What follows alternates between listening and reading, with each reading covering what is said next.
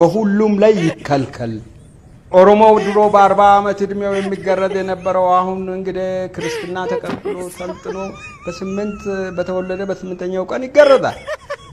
የክርስትና ትምይላ ይዟልም እና አሁን ደግሞ እህን አማራ በግድ ጭኖብናል እኮ ነው የሚሉት ዶክተሮች ሁሉ የኦሮሞ ዶክተሮች ወላይታዎችም ሁሉ የአማራን ስም ኃይለ ማርያም ደሳለኝ ብለህ ስምህን አውጣ ብሎ ያለው ሰው የለም።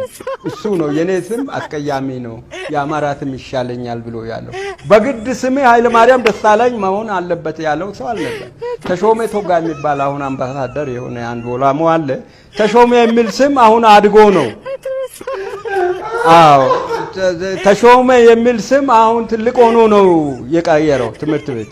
አያት ቅድመ አያቱ ተሾመ የሚለው ስም ቃሉንም አያውቁትን አባት እናቱ ተሾመ ብለው መጥራት አይችሉም። እርግጠኛ ነኝ ተሾማ ነው የሚሉት እንደው ቢጠሩት ኖሮ እንኳን እና ማንም አላስገደደውም እኮ ይሄ ሁሉ በአማራ ስም የሚጠራው ኦሮሞ ከምባታ ሀዲያ ሁሉ በግድ እኮ በማንም ላይ አልተጫነበትም። ባህሉ እኔ እንዳልኩ ነው።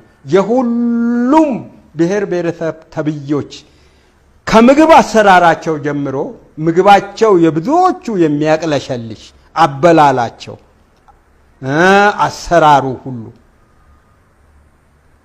ለኛ አሁን ላለነው ሰዎች አፕታይታችን የማይቀበለው ነው።